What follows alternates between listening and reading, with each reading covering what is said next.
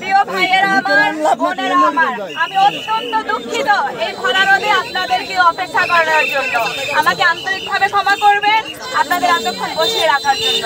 আমি আসলে আপনাদের প্রিয় সন্তান শফিউল বারী বাবু, এই রামগতি কমলনগরের মানুষের ভাগ্য উন্নয়নের জন্য সব সময় কাজ করেছেন।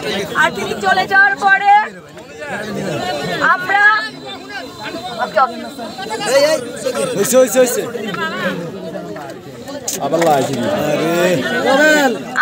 আপনাদের প্রিয় নেতা শফিউল বারী বাবু এই রামগতি কমলনগর তথা সমগ্র বাংলাদেশের মানুষের ভাগ্য উন্নয়নের জন্য কাজ করেছেন।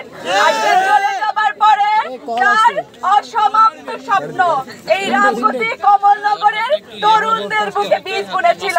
সেই স্বপ্ন পূরণ করার জন্য আমি সংগ্রামী যত অন্যায় অত্যাচার সবকিছু সহ্য করে আপনাদের পাশে থেকে কাজ করে যাব ইনশাআল্লাহ। শুধু ধৈর্য ধরেন, আমাদেরকে একটু সহায়তা করেন। আপনারা জানেন আমার দুটো ছোট বাচ্চা সন্তান রয়েছে। আমার বাবা নেই, আমার মা নেই, আমার শ্বশুর শাশুড়ি কেউ নেই। আমাকে সব সামলে দিতে হয়, আপনাদের অভাব অভিযোগ শুনতে হয়, আমার সন্তানের দায়িত্ব পালন করতে হয়। সেই কারণে আপনাদের কাছে ভবিষ্যতে আপনাদের পাশে থেকে আপনাদের সেবা করবার জন্য আমাদেরকে সহযোগিতা করবেন।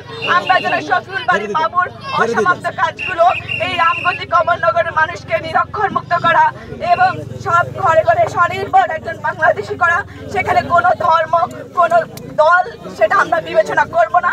সবাই একটাই আমাদের পরিচয়, সবাই মানুষ, আমরা সবাই কমলনগর রামগতিবাসী একটি পরিবার। ধন্যবাদ সকলকে। আসসালামু আলাইকুম।